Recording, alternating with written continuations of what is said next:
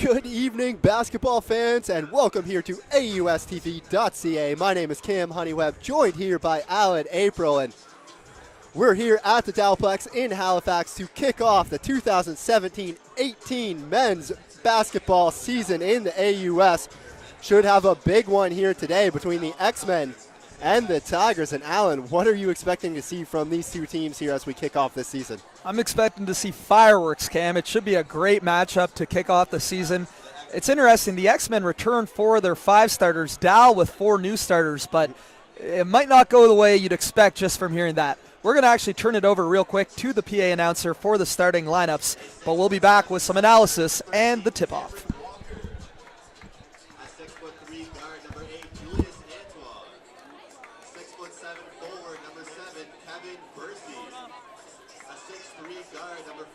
Tristen Ross, a 6'1" point guard, number 1, and the head coach of the X-Men is Xavier. And now time for the starters for your Dalhousie Tigers.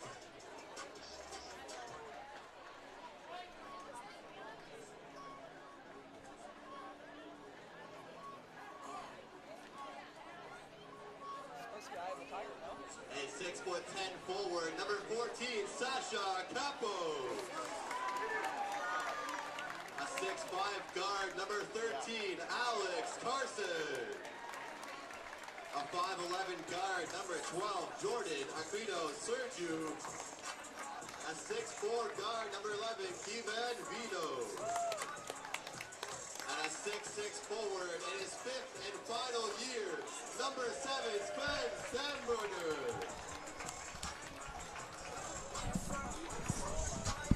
Those are your starting lineups for tonight's action, and you mentioned it, the Tigers have lost 4 starters from last year, including 2 first-team AUS All-Stars, but still the consensus favorite to win the AUS again here for the 4th year in a row in the preseason coaches poll. They do have a lot of continuity in their lineup, as a lot of their new starters have been a part of the last 2 AUS championships. Yeah, that's right, and the biggest continuity that they have is Rick Plato coming back for his 5th season as Tigers coach. What a turnaround he's brought to this program. 60% winning percentage, of course, took them all the way to the U Sports bronze medal last year after finishing 4th at Nationals the year before. And Sven Stammberger, the lone returning starter, he is ready to tear this season up. Last year averaged 14 points per game, but in 10 preseason games this year, he's averaging 23 points per game, shooting the lights out, 62% from the field, 51% from beyond the arc. He's a player to watch, but Dal brings back a lot as well. It should be a really fun matchup. Opening tip will go to the X-Men, and speaking of the X-Men, they bring back last year's AUS MVP and Kevin Bercy. There's Bercy with the ball there. Veteran team, as you said in the pregame introduction.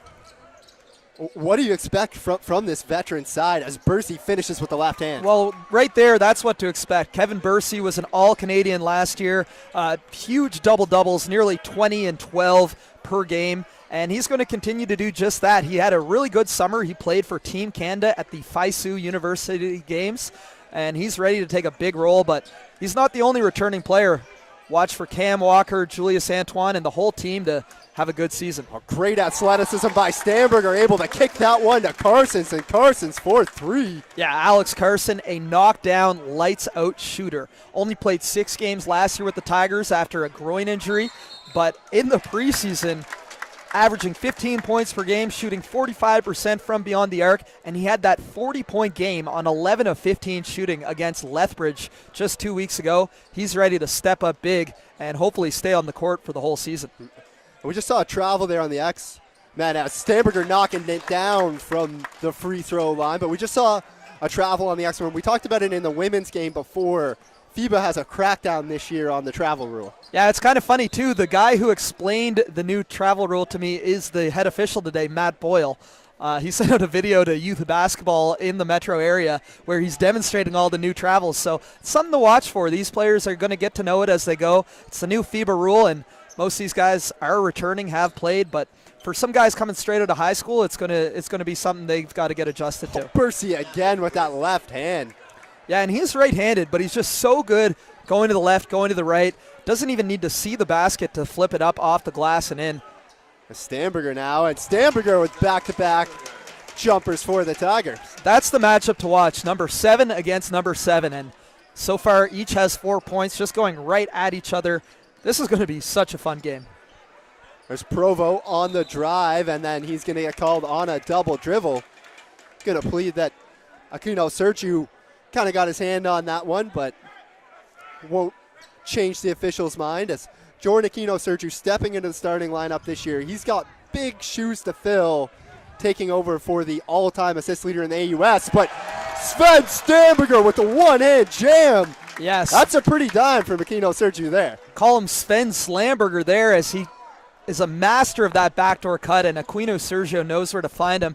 You mentioned he's got big shoes to fill, Jordan Aquino-Serjue, number 12. Obviously, Richie Kanzamata, the all-time AUS leader in assists, but really, what an opportunity for Aquino-Serjue to learn from him the past couple years, and he's ready to step up big time. Antoine's three is not going to fall. Aquino-Serjue with the rebound, and we've seen Serjue come up with some big clutch shots at the Scotiabank Center in March the last couple of seasons, the last 2 Tiger Championship teams. Now here's Carson, and Alex Carson is going to knock, that was Stammberger knocking it down from up top. Similar looking players. Yeah. Gonna have to make sure I track the number more carefully. Well, Sven is doing what he did all preseason. He's up to 9 points on 4 of 4 from the field. He scored 27 first half points in their preseason game last weekend against Nipissing on, I believe, 10 of 11 from the field. As beautiful take there by Devontae Provo. We saw a couple Provos in the women's game go off a bit, and Devontae Provo getting in on the action. Stammberger, what a finish! Oh my goodness, to the reverse layup right hand.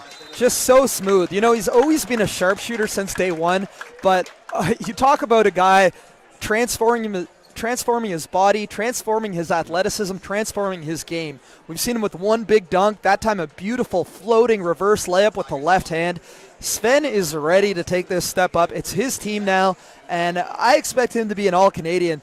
Dal's first All-Canadian selection in 10 years since Simon Farine. I think Sven is on track. Obviously, if he keeps playing like this, he's got 11 points, and we're 3 minutes into the season. I certainly won't disagree with you. I know we talked a lot last year about how in his 4th season, Stammberger looked like a different player. He was more physical. He was more comfortable driving to the basket, messing it up in the paint, and this year he looks like he's taken even another step in that physicality and growing into we're talking about calling the man body, and he's ready to go here this year. It's kind of funny because Sven technically last year was his 5th year. He redshirted his first year, so he's the last of the Coach John Campbell recruits. Coach Campbell now at U of T in Toronto. But Sven is kind of a 6th-year senior. He redshirted a year. He missed almost an entire year with a broken arm, and he's added something each and every year. He's a man out here, and he is showing why. Again, I predict he'll be an All-Canadian selection. You know, he kind of played in the shadows of Richie and Cash and Jared Reed the past couple of years, but he's been ready. We saw his clutch performances last March at the Scotiabank Center. That steal and dunk against Acadia to advance Dal to the finals, and then some big performances in the national championships as well. He's got that big game experience, and he's ready to lead this team to the promised land. And beyond that, I'm thinking he's likely going to follow in his older sister's footsteps and head overseas to play professionally once he's done. Wouldn't be surprised at all. So it's Antoine, guarded by Carson, gets it to Bercy. Right, back to Antoine. He's going to try to drive. Great defense there from Capos, and he's going to force another travel. Good defense is right, and Slim Sasha Capos, they call him Big Slim, 6'11", but can move his feet like a guard. Really fast, quick player, and that makes him a really special defender as well. Oh, another great feed from Aquino-Serjue, this time to Carson's, and he's going to finish off the window with the right hand. Dal loves that offense. They space their guys out in the corners, and they go back door, and Aquino-Serjue can feed them all day. Great athleticism by Bercy just to keep that one alive. Now it's Walker with the left hand. Second chance here for Walker. Goes up strong with the left hand again. Cameron Walker, one of the best offensive rebounders in the conference in his 4th year at Dallas, Texas, and another guy who's ready to take a step up, returning again with all this continuity for the X-Men. Oh, it's Stammberger doing work here. Goes to the right hand off the glass, and Is there a player that's going to be able to guard him one-on-one this year? Not many, and that was a mismatch there as he's just got 3 inches over Julius Antoine but can put the ball in the court. And nice defensive play, too. Officials saw it otherwise as Matt Boyle whistles the foul. It looked like Sven got that one cleanly, but I saw it the same way you did, but better look from the official there down on the court than what we have here. Was a fancy drive there from Provo, who's dangerous slashing to the rim anytime that he decides to drive. Yeah, Provo, another guy, 5th year. Again, so key. These 5th-year guys, they know what it takes. They've been on some winning teams. They've been on some losing teams, and they're ready to go deep into March this year. Devontae Provo in his 5th year out of East Preston. His younger sister, Chelsea, of course, had a great game, was player of the game for the X-Women in the last game, and his cousin, Ariel, had the game-winning shot for the Tigers. So they're a proud basketball family, and Devontae expected to have a big season. He's going to check out now for Justin Andrew. Sorry, actually, that's Jaden Smith, Halifax native, making his first action in the AUS. Kevin Duong now down low, turns to the right hand. That one won't go. Board does go to Passley, and Axelman quickly back the other way. That's a good look for Walker, and he'll finish in the paint again. Good pass there by Jaden Smith. Looking up, head up. He's a great basketball player from a great basketball family, and I expect big things out of him. So here's Stammberger in the corner, comes for Aquino-Serjue. Stammberger thought about the shot. Great closeout by Walker. Now Stammberger will put it up, and Sven Stammberger again for 3. Perfect from the field, Sven Stammberger. This is looking a lot like their game last week against Nippy Singh, where he had 27 first-half points. He's up to 16 here, and monster block there by Kevin Vino. And we haven't really talked about Kevin Vino. His parents are sitting right in front of us, but this kid, one of the most highly recruited players in the country, really beyond his years. Sneaky athlete, too. He'll get above the rim and dunk on you, and we saw him use his hops that time to block the shot. Yeah, no question. I'm sure we're going to be talking a lot more about him as this year progresses, as playing a big role in the preseason. Use that beyond his years. Yeah. Well, you know, it's comfortable and confident in every facet of the game. It's funny you mentioned Aquino-Serjue stepping into Richie Kansamata footsteps. Really, it's Vino who literally is stepping into his jersey. Doesn't have the red shoes. Aquino-Serjue rocking some orange shoes, but he's kind of the de facto starting point guard. The nice thing about Dal's offense this year, they have 2 point guards that can push the pace, and you're going to see him running a lot more great athleticism by Vino to force the steal and the push. Great feed for Aquino-Serjue, who finishes with a layup. That's exactly what I'm talking about, though. Dal was more of a half-court team with Richie and Cash. They had so much success that way, but with Aquino-Serjue and Vino, both those guys can get out and run and push the ball, and you see it right there. So seeing Tyler Williams into the game here for the Tigers for the first time, but knocking down the 3 is Antoine. Antoine's a vet. He knows how to get buckets and does right there. And Williams, interesting player for the Tigers. As he'll pick up his first basket. Fantastic pass by Kevin Vino. When you're in a zone like that and you get the ball in the middle, you can go up with it, but you've probably got defense collapsing on you, and you've probably got an open layup to your right or your left, and Vino read that perfectly. Great pass from Passley, and finishing as Antoine down low. Passing Passley. Nice dish there. You mentioned that pass from Vino, that's not a pass you see a whole lot of first years make. No, you get the ball in the middle of a zone, you might have an opportunity to put it up yourself, but he just didn't even have to look. He knew Tyler Williams was cutting in from the left there, and Williams puts it up and in for his first AUS points. Talk about Williams for 1 second. 6'6" forward out of Dallas, Texas. And any idea how he got to Dal? It's kind of similar to Sasha Kapos. I love telling his story, but actually, Rick Plato, as we know, coached for 25 years at Mount St. Vincent out in Bedford in the CCAA level, had a lot of success nationally. One of the players he coached against in the late 80s, I believe his name was Derek Williams. I believe he played for SAIT, Southern Alberta Institute of Technology, and he's the father of Tyler Williams. So again, you coach against these big guys, big athletes, or you play with them in the example of Tom Kapos, and then you're coaching. Maybe 20 years later, you say, hey, didn't you have a son isn't he 6'8", 6'11"? Is he looking to play university basketball? And that's how Coach Plato keeps restocking the cupboard year after year, and another high-caliber American talent. Again, for Americans coming out into Canadian college ball, they've got to learn those FIBA rules. It takes a little bit of time. We saw it with Capos, but I expect Tyler Williams to be an impact player going forward. He's got the size and strength and athleticism. And, nice to see him get on the boards for his first 2 as a Tiger. Yeah, that story, just the thing that brings to mind for me is the biggest question I've had watching Coach Plato over his 5 years with the Tigers is why did he not get a shot at coaching at this level sooner? Yeah, it's a whole thing. Aquino-Serjue on the drive. That's a good, strong take from him, and he's going to finish at the rim. Great take by Jordan.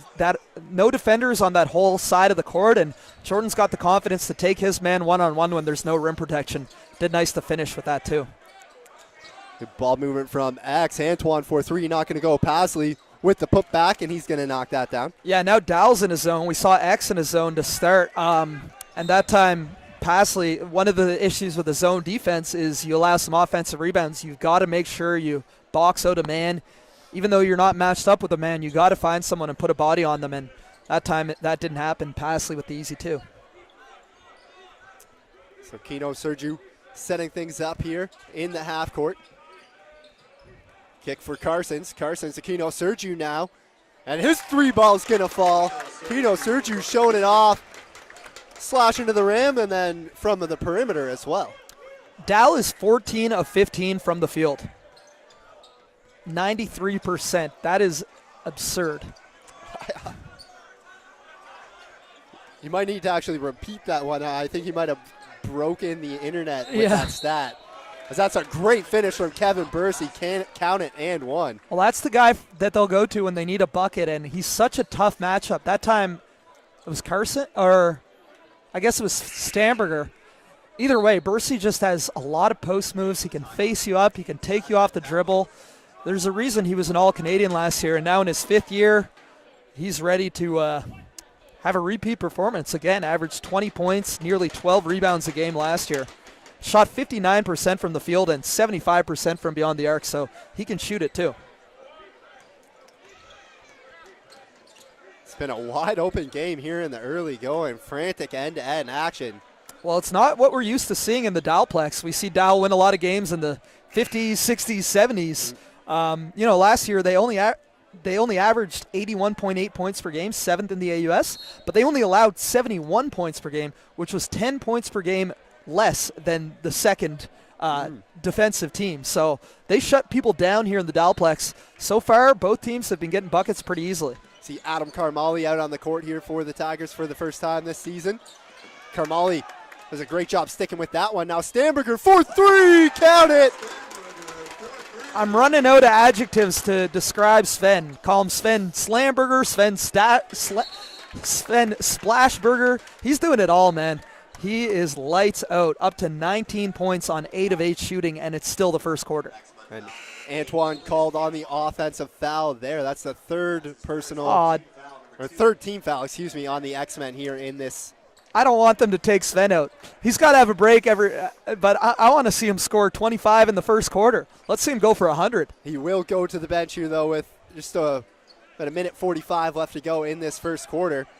You see Cedric Sonogo out there. Now that's a big return for this Tiger side. So good to see him back and back to full strength as well. I mean, he played almost his entire second year dealing with the shoulder injury. Could barely lift his shoulder above his head come playoff time, but gutted through it, had some big performances for them at the AUS Championship and Nationals 2 years ago. Missed all of last season recovering from shoulder surgery, but he's back and ready to make an impact once again. That's a veteran presence that you're adding to the lineup who's been there and done it, as great hustle play by Ryan Harnett to save that ball for the Tigers. And these guys have championship experience. Carmali, Liang, Harnett, Sonogo, they've all been a part of at least 2 AUS championships, Capos as well. So, you go to your bench and they might not be big names, but they know how to run this offense. Oh, great feed from Carmali to Sonogo. Not going to get it to fall, but that was a nice look from Carmali. And then hustle from Adam Kamali on the defensive end. He's going to draw a tie-up possession arrow with the Tigers. Yeah, they don't want Pasley with that ball there initiating their offense. He tried to give it up quick for Justin Andrew, and pass was a little low. Good job there by Karmali getting on the ground. And now Dal, they have an opportunity here to go 2 for 1. We'll see how much of the clock they use right now. They're definitely running a set play. You can see Coach Plato barking out instructions. Warren Liang on the driving kick for Capos. Baseline now, Capos. And he's going to be fouled there by Pasley.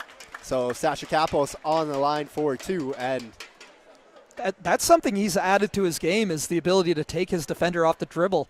And, I mean, the guy's 6'11". He's got a crazy long arms. I'd like to see him dunk that on his defender, honestly. But there was some contact there. Capos is a great player, though. Again, you can't teach that height, but the skills that make him really unique are his quick feet. He runs the floor like a guard, always looking for the outlet, and he has confidence shooting all the way out to the three-point line. Has a really nice mid-range jumper. Just building off what you started with there, in his first season and even last year, I think he's taking that shot when he gets that ball on the baseline from maybe 17 feet out. I love to see that he's now driving and attacking the rim like that. Clock was a couple seconds late to start right there after the missed free throw.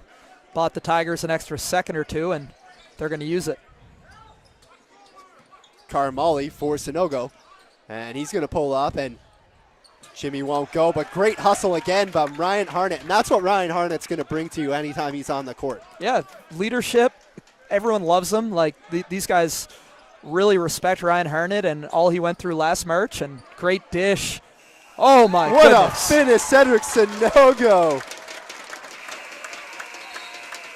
Wow, that was an incredibly acrobatic finish for Cedric Sinogo. Wasn't just your usual up and under two-handed layup or reverse layup, as he went up with the left and then brought it back and put it in on the other side with both hands. And great look. Again, that backdoor cut. Sinogo's so good at it. Sven's so good at it. We saw Carson get one. That puts so much pressure on the defense. You're worried about coming out to protect the rim or double team because you know they're going to sneak right by you. And Dal just continues to have success. What a first quarter. 35 points. They missed some shots there, but their field goal percentage is still 15 of 18. That's 83%. Absolutely lights out. And 5 of 5, 100% from beyond the arc. Well, we don't want to take a break, but we have to take a quick commercial break here. Real quick. In between the first and second quarter, you're watching the 2017-18 AUS men's basketball tip-off here on AUSTV.ca.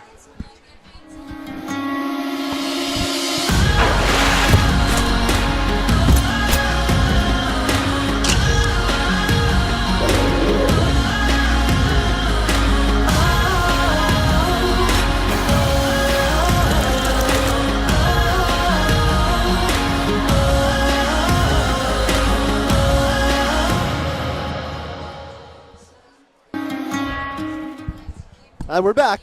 Just a quick commercial break, but we don't want to be away for too long as we've got ourselves a barn burner here at the Dalplex. Tigers out in front 35-22 after 10.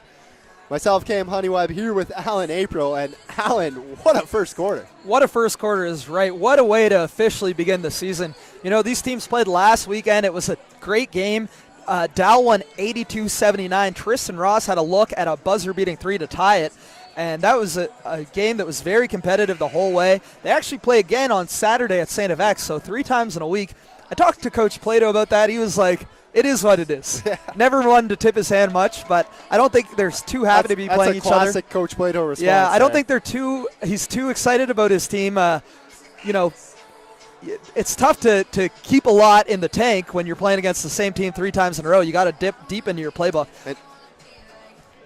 Interesting to note on that, the Tigers' schedule for the rest of the year, it's a lot of back-to-backs where they're going to play a lot of the teams home and home, or travel to Memorial. You play them twice on the road there. It's a lot of playing the same teams one game and then the next game. Yeah, but they're up for it. They've been dealing with that.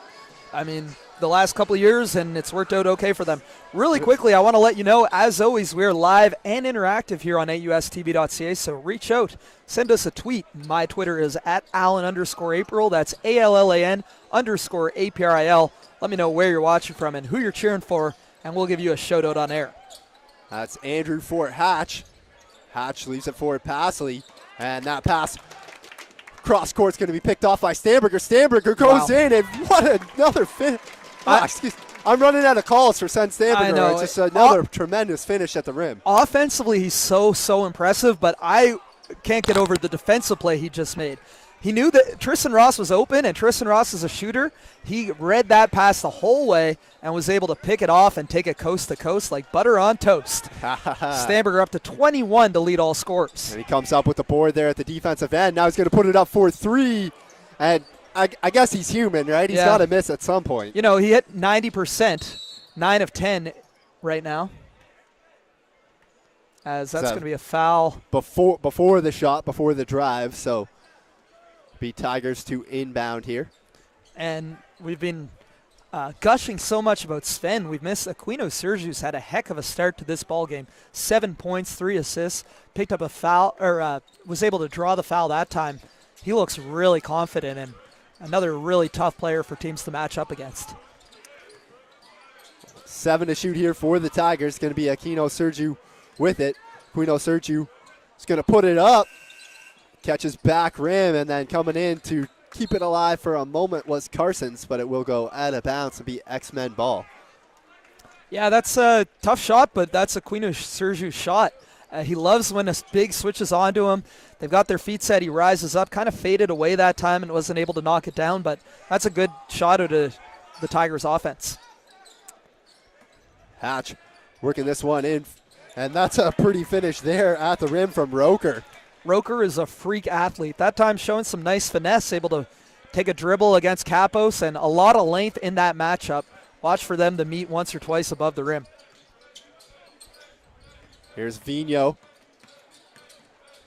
Oh, great take from Vigneault, and that's going to be a goaltending call on Roker as that ball was on its way down towards the rim when Roker swatted it away.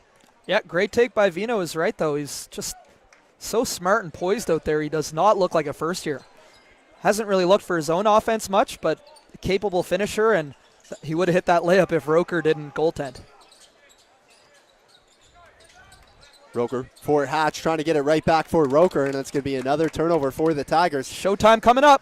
And Vigneault just not quite able to finish there off the alley-oop attempt from Aquino-Serjue. He's got to slam that home, man. I've seen it. The guy is a pretty sick athlete. He's got a high 30-inch vertical, and he's able to finish that above the rim. It was close. You can see he was above the rim on that one, just couldn't quite catch it and get it down. But that's those two guards of Dalhousie. They're going to push, and they're going to look for each other on the break. We saw Vigneault find Aquino-Serjue once. It was nearly the other way that time. The Tigers slowing it down this time, setting up in the half court. Stammberger going to drive, and Stammberger can't get it to go with the right-hand finger roll, but Pasley can't guard him. He doesn't move his feet quick enough. There's not a lot of players who can guard Sven, because if he's taking you off the dribble and feeling his jump shot, you got to pick your poison. Second chance opportunity here for the X-Men. Now third chance. Great job by Hatch getting on the offensive glass. Shot won't go now. Pasley is blocked by Kapos. Yeah. Kapos came alive at the end of that play. He probably should have had one of those 2 offensive rebounds, but able to swat it, and that's what he does with that 6'11 frame. Vigneault with the baseline jumper. That won't go. Things slowing down a little bit here, but that's a nice take and finish there from Tristen Ross.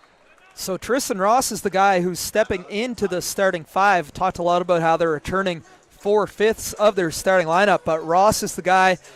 They graduated Akil Charles. Last year, Ross had a good season in his second year out of Truro, now a third year. Averaged 10 points, shot 39% from beyond the arc, and 89% from the free throw stripe. And that coming off his 2015-16 AUS All-Rookie Team campaign. So Tristen Ross going to have a lot of opportunity this year, and nice take to the hoop that time.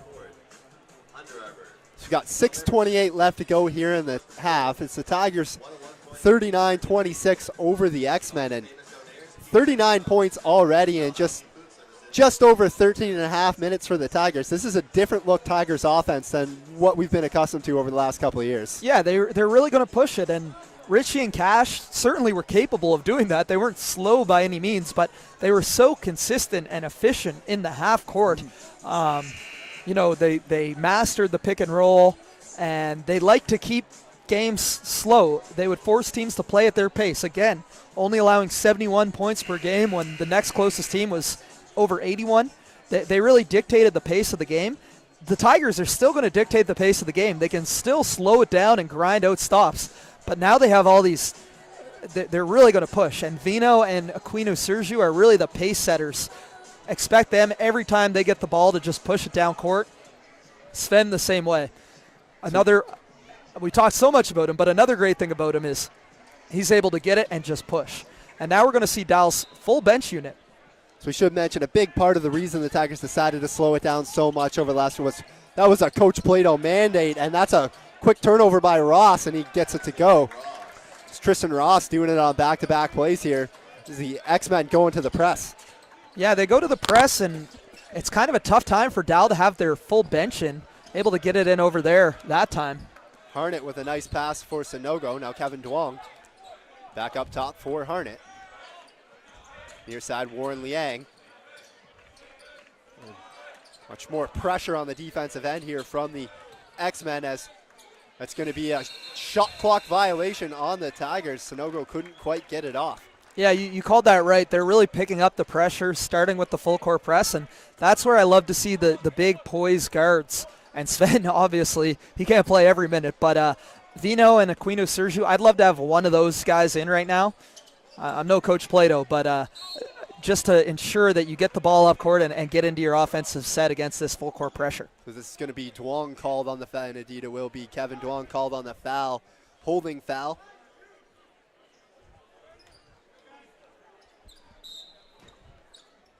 Big possession here for the X-Men, trying to make this a single-digit game. Antoine tracks that one down. Drive and kick. 3-ball here from Hatch, and that's not going to go. And Harnett climbing the ladder for the defensive board.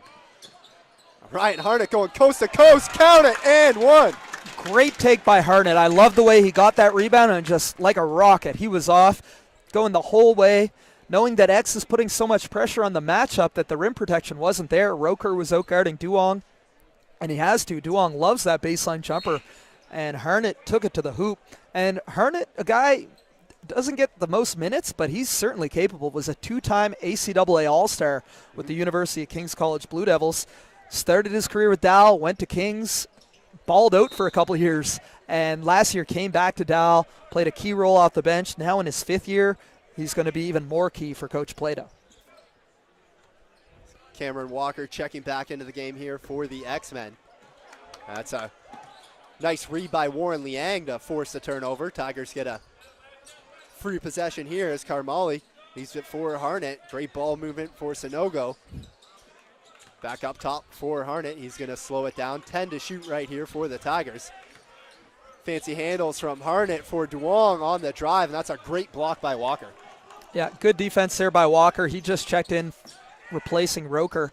But a nice pick and roll there by Duong and Harnett.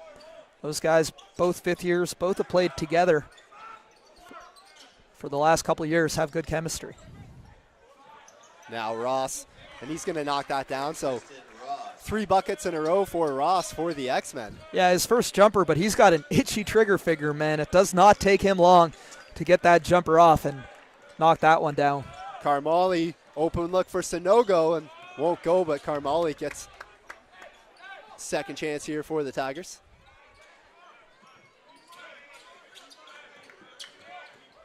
Five to shoot here. Sanogo on the drive. Can't quite get the finish to go, and then he is fouled by Walker. Yeah, Walker kind of got a hand around his shoulder area, and it looked a little uglier than it was. No ill intent there by Walker, but that's going to be a foul. And you don't like to see that on a guy like Sanogo, who, again, worked so hard to come back from that shoulder injury, but he's going to be all right. Take the free throws here. And checking in for the Tigers at the next whistle, an exciting player. We talked about Kevin Vino a lot as a star point guard freshman. But Jordan Brathwaite, another guy highly recruited, first-year guard, 6'3", out of Milton, Ontario. Played at Thornley Secondary School where he was team MVP, and expect for him to do big things coming in off the bench. Although it really is an inexperienced, it's as inexperienced as you're going to see a Tigers lineup probably at this point in the season. 4 bench guys, they all do have some experience, and Brathwaite. Brathwaite on the inbound here, gets it in for Carmali. 4:15 left to go in the half here. Now it's Harnett. Brathwaite looking for a lane, comes back for Harnett. 7 to shoot here for the Tigers. DeWong Carmali, he puts up a deep 3. That one won't go, and we got a foul called on DeWong. Yeah, so this Tigers bench unit is kind of missing the guy who can create his own shot. That wasn't a bad shot by Carmeli by any means. He knocks that down. Shot 33% last year from beyond the arc, but now you're going to see 4 starters come in. Looks like Brathwaite is, or no, it's going to be, who's staying? No one's staying. It's the full starting lineup. A wholesale change there for the Tigers, as they went a little stale there offensively with the second unit, and Coach Plato will do that. He'd seen enough, so he brings all 5 starters back out. Provo on the drive, can't get the finish, and the board by Carson's. And we saw last year, anytime Coach Plato decided to let his team open it up, as Stammberger airmails that pass for Kay. He's tall, he's got long arms, not quite that tall. Exactly, but a great example of him running the floor. He was the first one down there and was open for a second. Sven looked to send him and just airmailed that pass by about a foot. He put it at 10 feet he put it at 11 feet when it needed to be 10. Another nice finish there by Bercy down low. He's just got so many post moves. He can spin off you, he can finish with the left, he can finish with the right, he can turn it around, he can face you up. Tough matchup for anyone, but here's a tough matchup for Antoine. And Stammberger decides to put up the jumper, and it won't fall, so X-Men coming back the other way. It's a 10-point game here after the Tigers. Been a nice little run here for the X-Men. Yeah, they've outscored Dal in this second quarter, 10-7. And there's Bercy again. Yeah, that time that's such a tough move. It's a little 8-foot baby hook with the left and just able to finish. Nice. Another nice dish there for Kevin Vigneault, and he's going to finish that one. No trouble at all. I mean, we've talked about Sven's shooting, we've talked about his athleticism, but his passing is also fantastic. And that happened, when he was kind of a role player in his early years. He just knew when to make the right play. Another nice pass there by Bercy.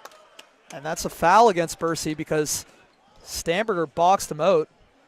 I think it's against Bercy. No, it's going to be against Stammberger. Tough call there. It looked like Sven had good position on him. I would agree. There was a little bit of a tie-up, and Bercy kind of climbed over his back. I thought that's where the foul was, but they're going to battle all night, man. They're a couple of the best players, both fifth years in this conference, if not the country. Yeah, there you go. Provo now on the drive again, and that's a nice take from Devontae Provo. Yeah, aggressive take, attacking the closeout. Capos wasn't there for the rim protection. It's a sloppy turnover there from the Tigers, and then Ross loses the handle on the dribble, but is able to get it back, and it's a single-digit game here with under 2 minutes left in the half. Yeah, X has done a really good job not panicking. Just, continuing to run through their game plan. Since Bercy's come back on, he's been just about unstoppable. He's up to 11 points to lead them on a perfect 5 of 5 from the field. Now Capos, baseline jumper, rims out. The Tigers going a little bit cold here in the second quarter. Antoine trying to get that one for Bercy, can't corral it, but they're going to say it's off of Vigneault, so the X-Men will keep the ball. X-Men number 6, Justin Andrew. And a timeout called by the X-Men. And Sinovic's going to call timeout. So 1:23 left to go in the half. It's an 8-point game after the Tigers were running away with it in the first quarter. As you mentioned, X-Men just doing a nice job not panicking and battling back. And we've got our first Twitter shout-out of the night, and it's one of our favorites, Rita Pendergast-Crosby. She's in PEI. Sometimes she's in Florida, but it's still nice enough in October. Oh, it's November now. Either way, Rita says, thanks for exciting announcing of the season opener as we cheer for our boy number 7. She's not talking Kevin Bercy. She's talking Sven Stammberger. Dal Tigers basketball from PEI. Rita Pendergast-Crosby, of course, the aunt of Sven Stammberger. And that family, whether they're in PEI or Halifax or Germany, just a great basketball family all the way around. No question. And what a first half for Sven. He's cooled off a little bit, and I mean just a little bit, after starting the game 9 of 9 from the field. He's missed his last 3, but he's doing the little things too. 2 rebounds, 2 assists, 2 steals. Just a good all-around stat line. Actually, 3 steals for Sven, as he's really playing the passing lanes out there and making things happen in transition. And it's interesting. They subbed him out right before that timeout. I'm not sure if he needed a breath or they just want to go with another look. But with X calling that timeout, I wouldn't be surprised if we see Sven again by the end of this first half. It's going to be Provo to inbound. 16 to shoot here for X. Comes to Antoine up top. Aquino-Serjue pressuring him. So the Tigers picking up the tempo here on the defensive side. Provo tries to run her. Not going to fall. Vigneault with the board.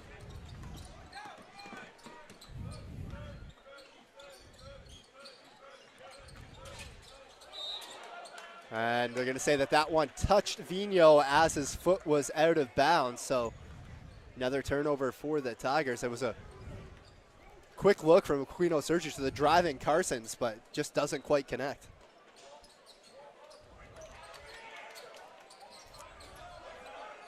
So the X-Men trying to make this a 2-possession game here. Comes across for Antoine on the drive, goes up strong to the right hand and draws the contact, so he'll be on the line with 2 shots.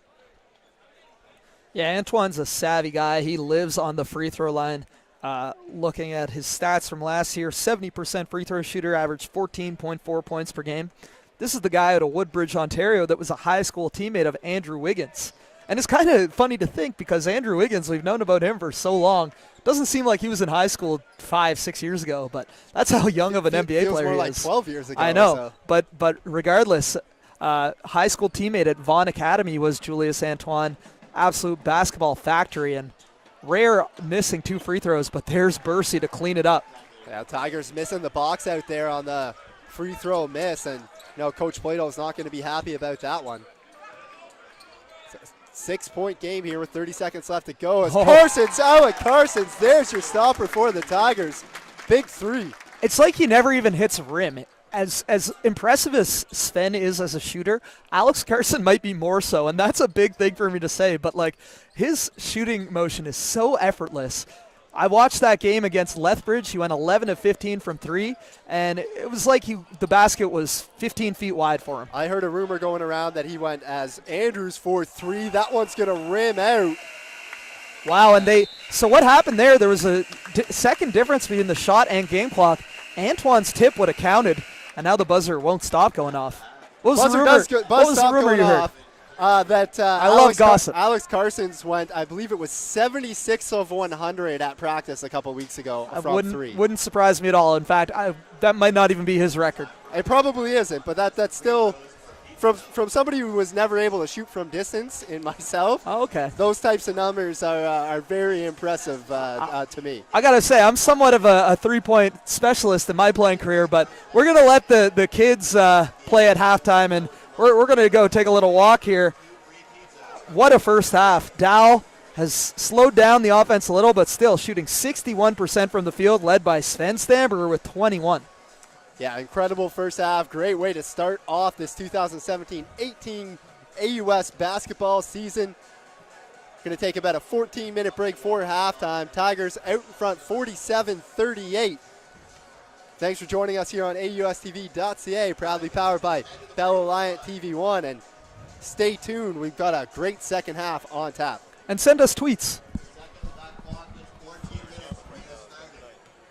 Deliver. Our country on our shoulders, an arena ready to erupt.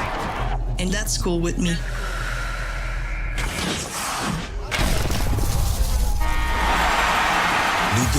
Frost. Play cool. With the help of fans like you, Purolator and the CFL have delivered millions of pounds of food to those less fortunate. Yet, there's a need for so much more. Because this is how much food it takes to feed the hungry in Canada. For just one day.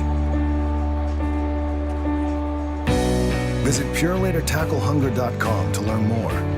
Together, tackling hunger is a promise we can all deliver. A country on our shoulders, an arena ready to erupt, and that's cool with me.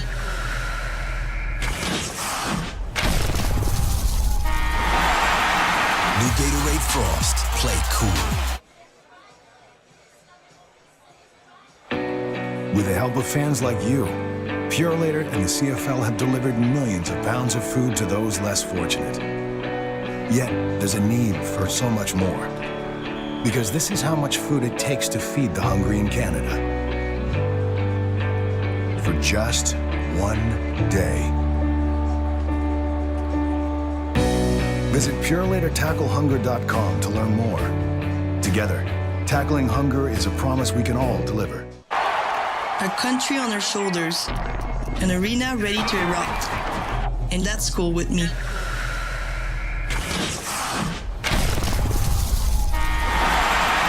New Gatorade Frost. Play cool. With the help of fans like you, Purolator and the CFL have delivered millions of pounds of food to those less fortunate. Yet, there's a need for so much more. Because this is how much food it takes to feed the hungry in Canada. For just one day. Visit PurelatorTackleHunger.com to learn more. Together, tackling hunger is a promise we can all deliver. A country on our shoulders, an arena ready to erupt, and that's cool with me.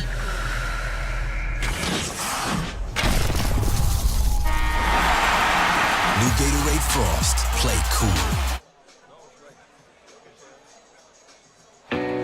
With the help of fans like you, Purolator and the CFL have delivered millions of pounds of food to those less fortunate. Yet, there's a need for so much more. Because this is how much food it takes to feed the hungry in Canada. For just one day. Visit PurelatorTackleHunger.com to learn more. Together, tackling hunger is a promise we can all deliver. A country on our shoulders, an arena ready to erupt, and that's cool with me.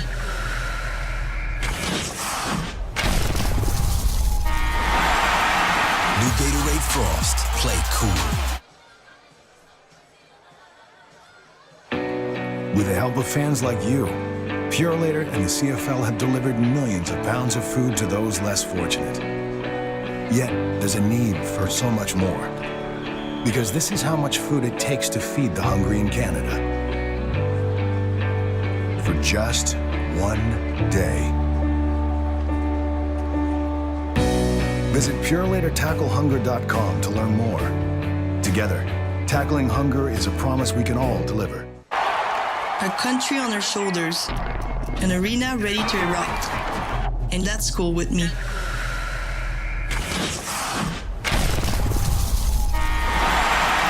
New Gatorade Frost. Play cool. With the help of fans like you, Purolator and the CFL have delivered millions of pounds of food to those less fortunate. Yet, there's a need for so much more. Because this is how much food it takes to feed the hungry in Canada. For just one day. Visit PurelatorTackleHunger.com to learn more. Together, tackling hunger is a promise we can all deliver. A country on our shoulders, an arena ready to erupt, and that's cool with me.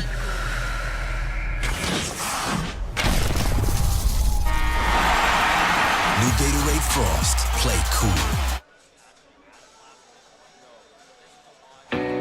With the help of fans like you, Purolator and the CFL have delivered millions of pounds of food to those less fortunate.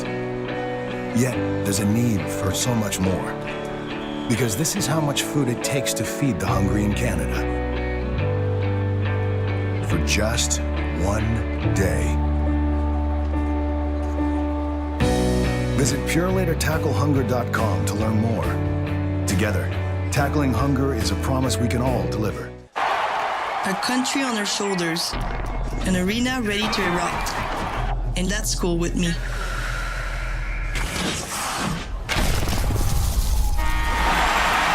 New Gatorade Frost. Play cool. With the help of fans like you, Purolator and the CFL have delivered millions of pounds of food to those less fortunate. Yet, there's a need for so much more. Because this is how much food it takes to feed the hungry in Canada. For just one day. Visit PurelatorTackleHunger.com to learn more. Together, tackling hunger is a promise we can all deliver. A country on our shoulders, an arena ready to erupt, and that's cool with me.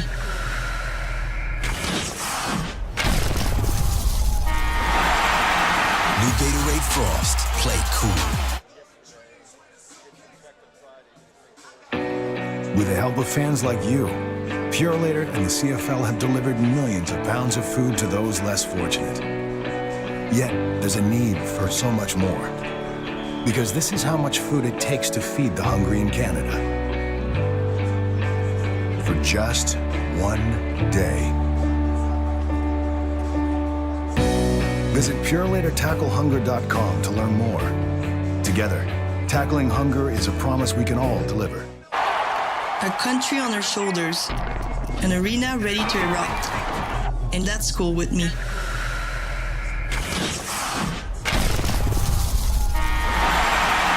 New Gatorade Frost. Play cool. With the help of fans like you, Purolator and the CFL have delivered millions of pounds of food to those less fortunate. Yet, there's a need for so much more. Because this is how much food it takes to feed the hungry in Canada. For just one day. Visit PurelatorTackleHunger.com to learn more. Together, tackling hunger is a promise we can all deliver. A country on our shoulders, an arena ready to erupt, and that's cool with me.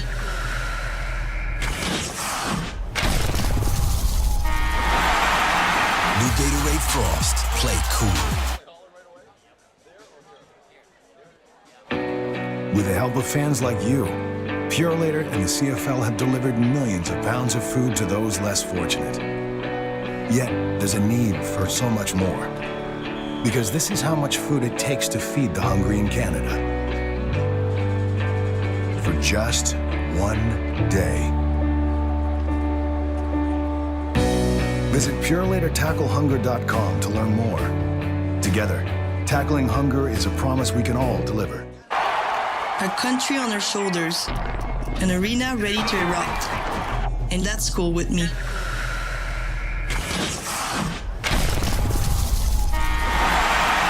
New Gatorade Frost. Play cool. With the help of fans like you, Purolator and the CFL have delivered millions of pounds of food to those less fortunate. Yet, there's a need for so much more. Because this is how much food it takes to feed the hungry in Canada. For just one day. Visit PurelatorTackleHunger.com to learn more. Together, tackling hunger is a promise we can all deliver. A country on our shoulders, an arena ready to erupt, and that's cool with me.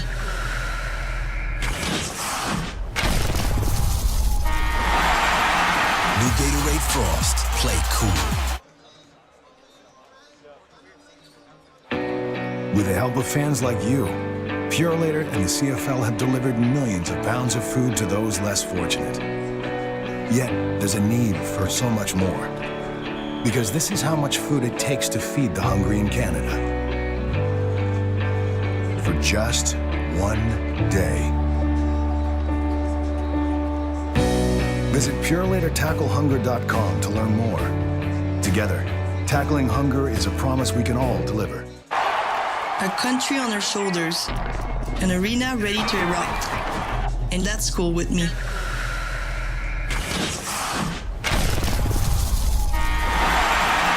New Gatorade Frost. Play cool. With the help of fans like you, Purelator and the CFL have delivered millions of pounds of food to those less fortunate. Yet, there's a need for so much more. Because this is how much food it takes to feed the hungry in Canada. For just one day. Visit PurelatorTackleHunger.com to learn more. Together, tackling hunger is a promise we can all deliver. A country on our shoulders, an arena ready to erupt. And that's cool with me.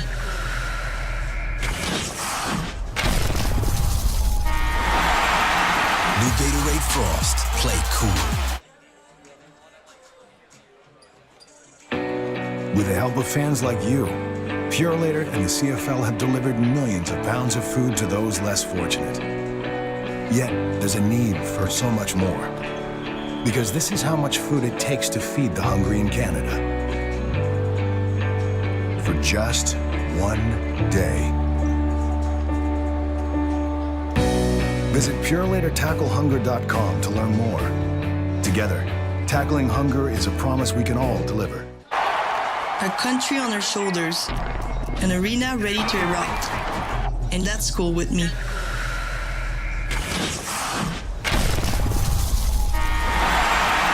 New Gatorade Frost. Play cool. With the help of fans like you, Purelator and the CFL have delivered millions of pounds of food to those less fortunate. Yet, there's a need for so much more. Because this is how much food it takes to feed the hungry in Canada. For just one day. Visit PurelatorTackleHunger.com to learn more.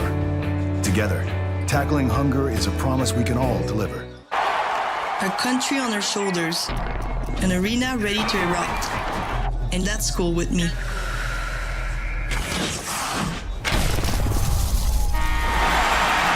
New Gatorade Frost. Play cool.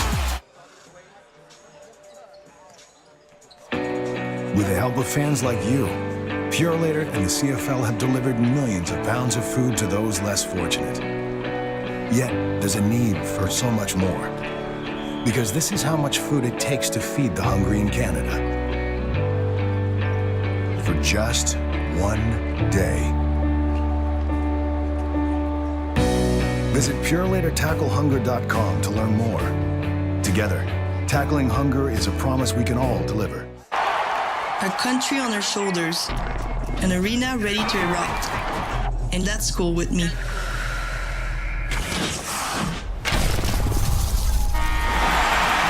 New Gatorade Frost. Play cool.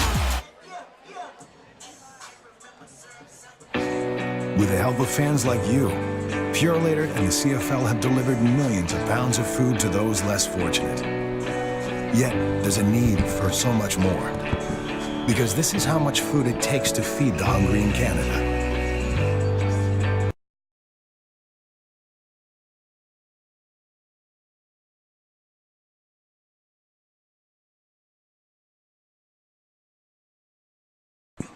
Welcome back to AUSTV.ca. Season opener as the Dal Tigers host the St. FX X-Men, and Dal with a 47-38 halftime lead. And Tigers fans need no introduction to the man who's joining us for the first couple minutes of this third quarter.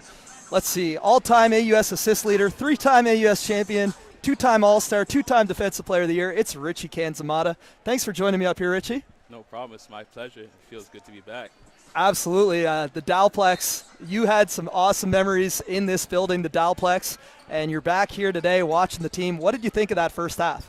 I thought they came out on fire. Sven Stammberger was outstanding. I think he made his first 6 shots in a row. The team played with great pace, and they were defending pretty well, so I'm pleased with what I'm seeing. All right, so we'll call the game here, and I'll ask you some questions as we go. As Carson with a runner in the lane, no good, and Kevin Bercy with the rebound. And Bercy, a tough matchup. I know you had some battles against him. Yeah, very tough matchup, and he's looking very explosive after a good summer with Team Canada, so it's a tough matchup for whoever's guarding him on Dal.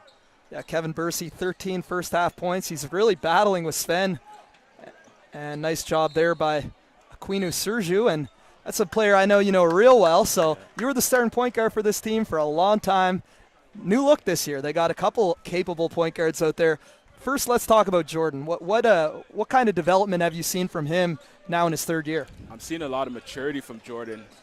I took him under my wing when he first came here at Dow, and he's learning how to play with the right tempo and switching his pace, and he's looking confident in his jump shot right now. Saw him nail a 3-pointer in the corner in the first half, so I'd like to see a lot more of that because he's a capable shooter when he's confident. So they're going to get a foul away from the ball there against Jason Hatch, so fresh 14 for the Tigers. So that's Jordan. Now the other kind of point guard this year, a new recruit. I know you never played with him, but you might have practiced with him. And he's wearing your number 11, Kevin Vino. What do you see when you see this guy out there? If there was anybody out there that I want to take my number after I leave, it would be this guy, Kevin Vino. I told a lot of people coming in that he has potential to be probably the greatest point guard to play at Dow. That's how talented this kid is. There's nothing he can't do, and he has great size for the point guard position. That's a big claim right there. You got, let's see, Simon Farine was a great one. Richie Kanzamata, the all-time assist leader in the conference, 3-time champion. As Dow with a turnover there. Slow start to this second half, rather. Good defense there by Aquino-Serjue, forcing Provo to pick up his dribble. Now Bercy battling with Stammberger on the block. You see Dow ready to help on Bercy's penetration or his post moves because he's been so effective in the first half, and they're really going to need to shut him down this half if they're going to come out with this win. Yeah, good defensive positioning there. That's one of the things that we kind of noticed. And, you know, when you played at Dal, had so much success, but a lot of the games here at the Dalplex, you saw scores in the 60s, 70s, not a whole lot of, 100-point games. And with 47 first-half points, Dal came out firing tonight. Do you think we're going to see a higher-scoring Dal team going forward this year? Without a doubt. You have to adjust and play to your team's strengths, and a major strength of this team is their guard play, so that allows them to play quicker and play at a higher tempo. So you're going to see a lot more high-scoring games from Dow this year. As Stammberger left alone for the jumper, rattles out there, but a good look for Sven. 7-point game now is one of the things that makes Bercy so tough. Can score inside, score outside, and take it himself, but good help D there from, what do you call him, Big Slim? Big Slim, Sasha Capos. I mean, he's in his 3rd year now. I know he was pretty raw when he came up here from Florida, but how has his game grown in his 3 seasons? The biggest thing with him was the confidence and the strength, and even though he hasn't put on as a lot of weight, but you could tell that he's a lot stronger in the post, and he's asserting himself on the defensive end, so he's grabbing the rebounds and he's altering shots, and that's what you want from your 7-footer. All right, we got a timeout here. Now, perfect opportunity for me to ask you a little bit about yourself. We've been talking about everyone else, but, such a fantastic career with the Tigers, the 3 AUS championships, but it wasn't always winning. You started as a young player with a pretty young team. You, Cash, Sven, Jared all grew together. How important is it for young players to, get that cohesion at the beginning of their career and also have veterans to learn from? It's very important for me. What I I learned from the most was the veterans on my team at the time. So there was a point guard in my first year, Jamal Mullings, and he gave me all the tutelage I could handle, and he taught me the ropes. And as I grew older, I started implementing everything I was learning. And that's when you find, when you're coming out of high school, the game it's such fast pace and everything's faster, everybody's bigger and stronger. But as you get to your senior years, after having grown that cohesion with your teammates and getting comfortable with the league, then the game starts to slow down, and that's when you could really perform at your best level. All right, great answer there. And with 2 rookie point guards, we saw Kevin Vino, Jordan Brathwaite got some minutes in that first half too. Is it up to Jordan Aquino-Serjue to kind of be that guy, that mentor going forward? Exactly. It's up to anybody that could play that position. So even a guy like Ryan Harnett, he's in his senior year now, so he did some good things when he came on the court, had some tough drives, a couple good passes and whatnot, but it's up to not only Jordan, but a guy like Ryan Harnett too. And anybody that could play that guard position. But what I found, even my first year, there's no limits to who could be a leader. So even a guy like Kevan, even though he's in his first year, he's wise beyond his years. So he could be a leader on the court as well and just add to the leadership and the progress that the team's making. Now Stammberger 2 open from 3, and he'll hit that every time.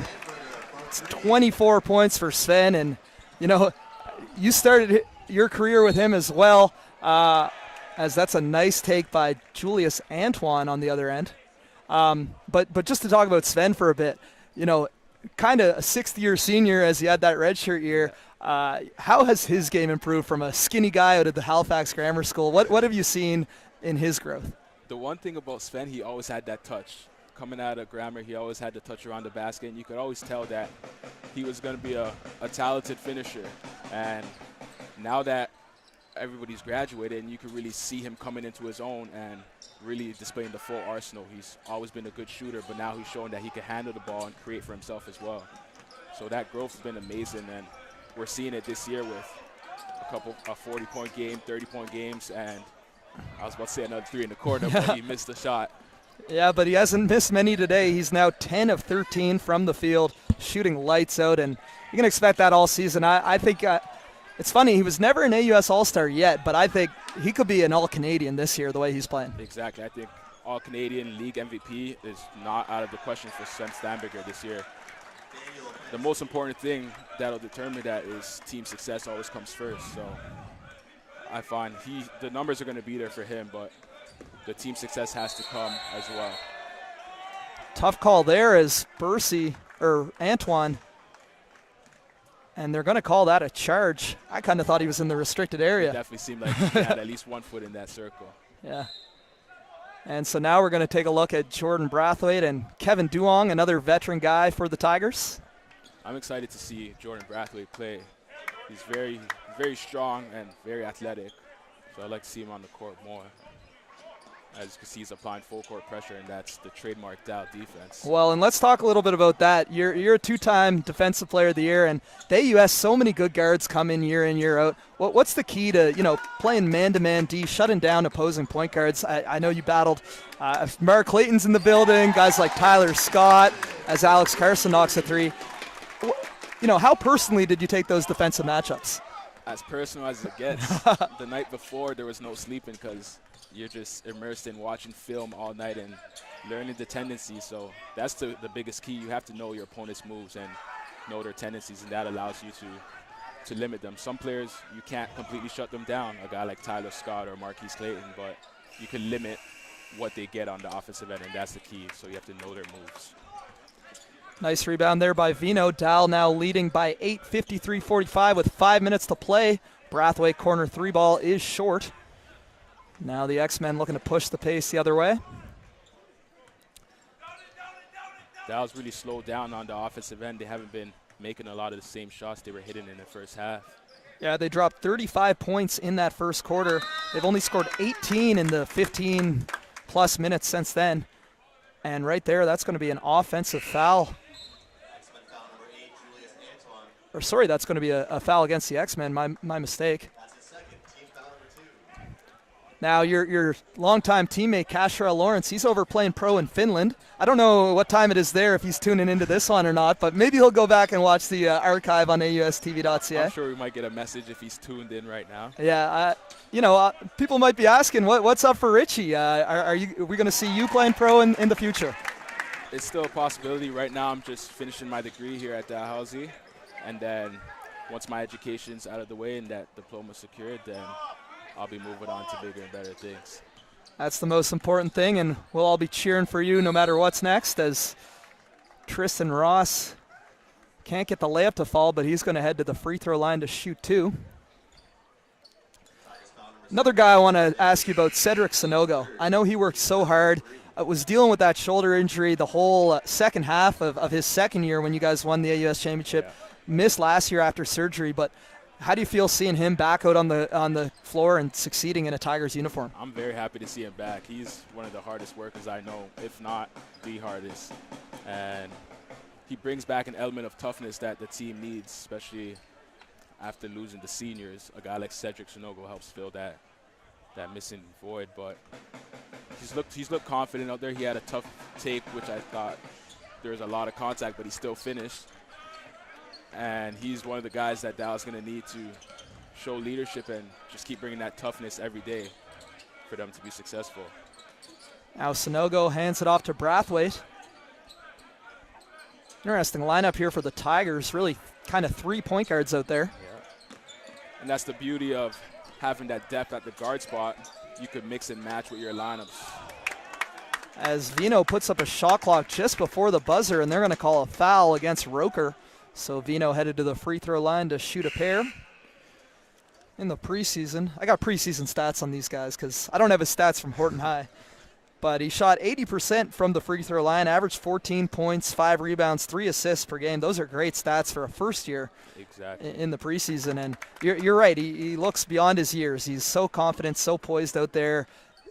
You really, if you didn't know, you'd never expect that he's a first-year player. And that's why I say he has the potential to be in that discussion of Dal's greatest point guards.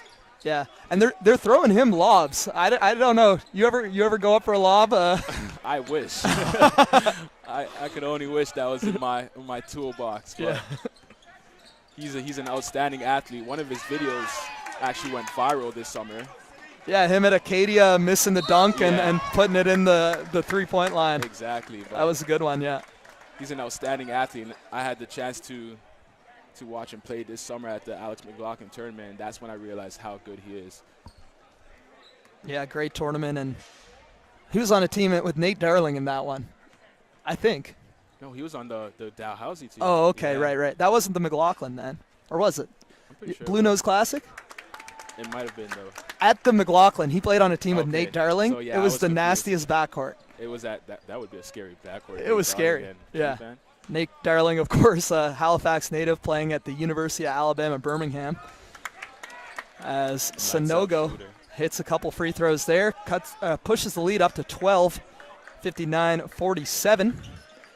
Adam Carmali with some good physical defense against Jaden Smith. Now Smith looks to set up the offense. Nice crossover drive and floater. Gets it to go, hoop in the harm. Tough take there by the Citadel High product. And that'll cut it to a 10-point lead. It seems every time Dal tries to pull away, St. FX has a 3-point play answer right away. Well, I thought it was funny going into this matchup. So, Dal lost 4 starters. Yourself, Jared, Cash, and Ryle Stroud, of course.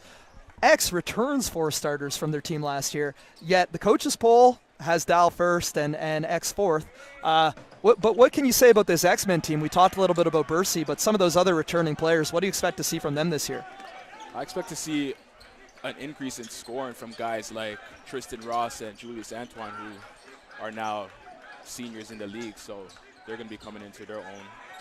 And I'm surprised that the coaches poll didn't have St. FX a little bit higher, because I think they might be the most experienced team in the league at this point, as Kevin Vino has a nice drive to the basket for a right-hand layup. There you go. You want to try some play-by-play? That was a nice take, though, by Vino. Lane opens up for Justin Andrew, and Duong arguing he was straight up, but Matt Boyle's going to call that block and foul. So Andrew stepped in the line to shoot a pair.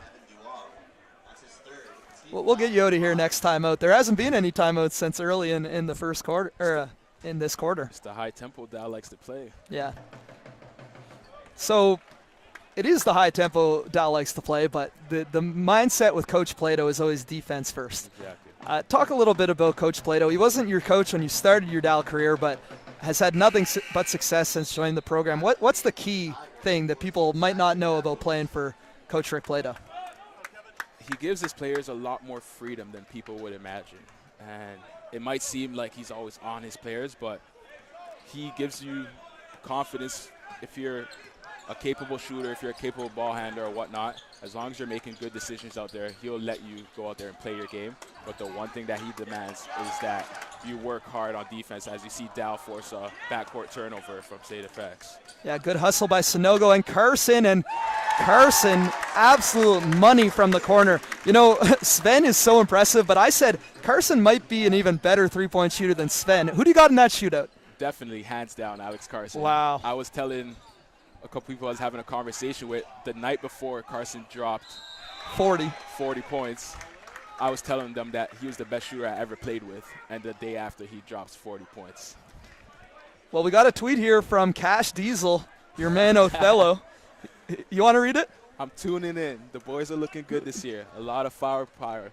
2:20 a.m. over here right now. You think a pro should be up watching his team at 2:20 a.m.? We won't judge him. I don't know if he has a game tomorrow. I think he should be sleeping, but you know what they say, once a Tiger, always a Tiger, so you can't knock him for supporting. Absolutely, and it's great to have Richie Kanzamata join us for the third quarter here. A couple of Tigers legends in the house and watching the webcast in Finland. Now Karmali kicks it out to Vino. Shot clock down to 10. Vino able to get it back. Takes a look at the shot clock. Carson open from 3. A little strong on that one, and here comes St. FX looking to push the other way. Ross ahead for Smith. There's the lob. And Roker with the finish. Surprised he didn't dunk that one. He's a freak athlete. Yeah, I saw him in the warm-up, and he could do some spectacular things. But that'll cut it back to an 8-point game. X-Men just hanging around, keeping it around 8 to 10 points all quarter. Vino now on the dribble drive. Looks to go bank, but whistled for a travel. I don't know if the FIBA rules have changed a little bit when it comes to the travels. I don't know if that was an example. Always changing. Yeah. It's hard to stay on top of those FIBA rules, I tell you. Yeah, it is. So. Yeah, I found as a player, whenever you got into traffic, that's when you usually got called for the travel. So you have to be very smart with your decisions when you decide to put it on the floor. So X-Men looking to cut into this 8-point lead. Bench unit out there right now, mostly for St. FX. Justin Andrew, sharpshooter from Toronto. Kicks to Ross in the corner. 3-ball is good. And you mentioned you expect to see Tristen Ross pick up his scoring this year in the starting lineup. Pure shooter out of Truro, Nova Scotia, knocks one down. That's what I expect to see from a guy like him who's one of the best shooters in the league. Now here's something. These teams played against each other last Saturday. They play against each other this Saturday. They're playing 3 times in 1 week. How does that kind of alter? It's kind of a coaching question, but do you go deep into the playbook when you're playing a team 3 times in 1 week to start your season? I feel like at this point you don't want to do that too much because you never know. You might see each other again in the AUS Championship, so you want to have something that the other team hasn't seen yet. As Big Slim Sasha Kapos knocks down a 3, or sorry, it was a 2. He had a foot on the line, and those are big feet, so it's tough for him to get behind that line, but he's got that soft touch, and one of my favorite things about him, and I'm sure it's one of your favorite things too, is he runs the floor like a guard. You're seeing it right here. Exactly. It's got to be a nice big target in transition. He's very mobile on his feet. And as you saw last year, I had a lot of fun throwing him alley-oops, so hopefully we see a couple of those today. Yeah, that was a great play last year. As quick foul here, and 4 seconds remain in the third quarter. We're going to bring Cam back on for the fourth, but thanks again to Richie Kanzamata for joining us. It was awesome to hear from you, pick your brain about some of these players, and maybe we'll have you on a little later this season. My pleasure. Thank you for having me. Yeah, well, Aquino-Serjue misses the first free throw. It's down to a 7-point Tigers lead here. St. FX has actually outscored them by 1, 21-19, as Aquino-Serjue misses 2. Smith from beyond half court, nothing but net. What a shot there by Jaden Smith, and it's a guy from a great basketball family. Overcame some personal tragedy in his life, but great to see the Citadel High product knock it down. Exactly. It's good to see him doing well and making the most out of it and playing basketball at the next level. Hopefully it brings us some more happiness. All right, we're going to step aside for a quick minute, run a commercial, and Cam will be right back for the fourth quarter. Thanks again to Richie Kanzamata. Going into the fourth quarter, it's 66-62. Dal leads St. FX.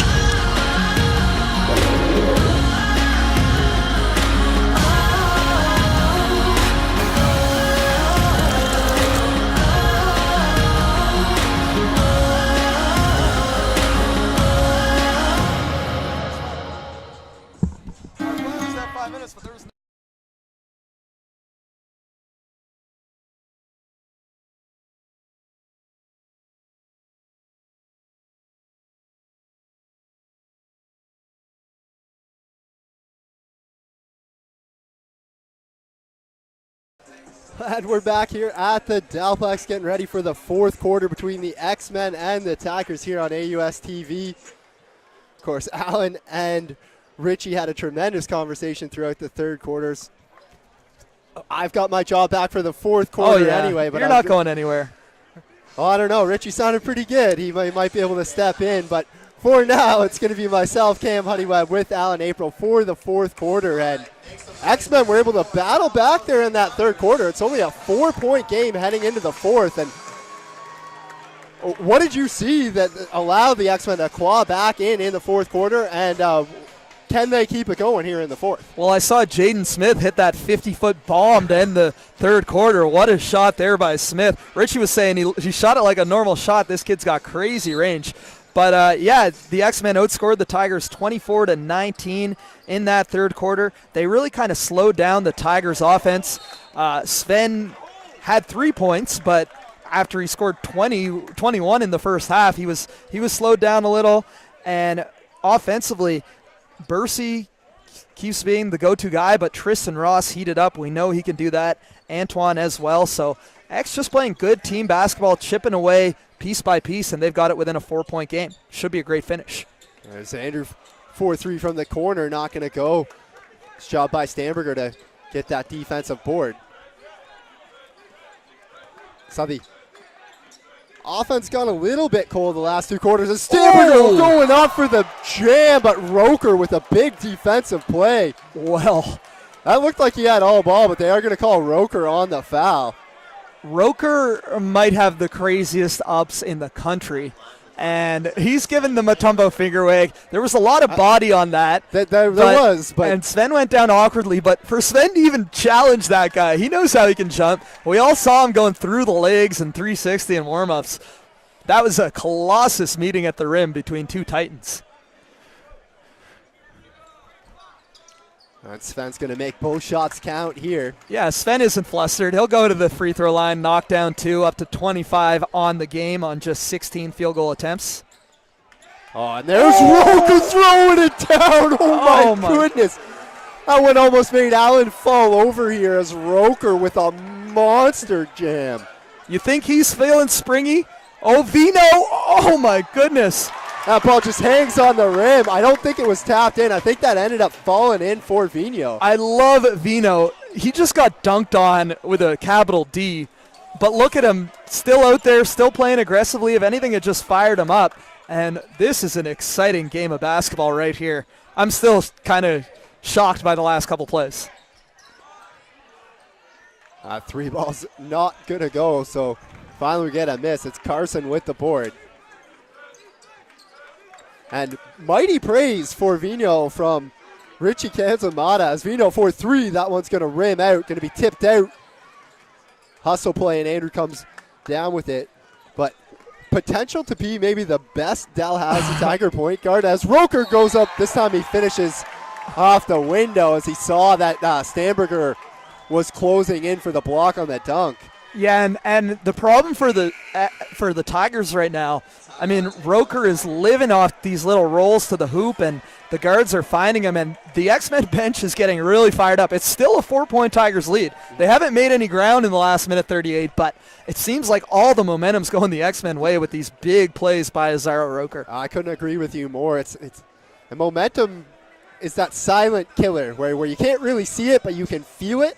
And you see Coach Plato calling a timeout here as he wants to try to halt that momentum that the X-Men side has built here. And just a quick word about Roker. He's got 11 points on 5 of 5 shooting and 4 rebounds. This is a guy, and he was the first year playing in a different country. He's a native of the Bahamas.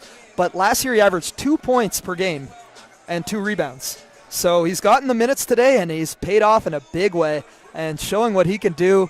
You know, he always had that athleticism, but it was about understanding his role in the offense. And you see he's the perfect dump-off man, great finisher. When he gets the ball, just 2 steps, go up and hammer it home.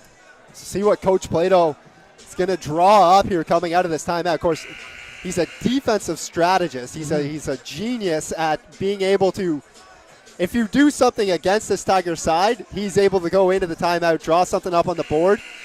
And over the last few years, the Tigers have come out, executed, taken that away. We'll see whether there's another answer in that well there in the Coach Plato defensive playbook.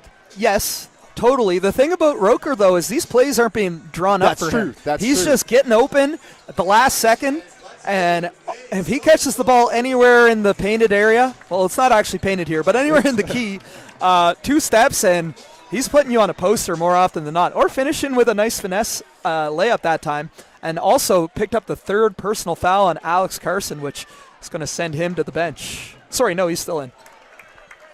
Roker gets the and one to go, so it's a 3-point game here at the Dalplex. 8:20 left to play here in the 4th quarter.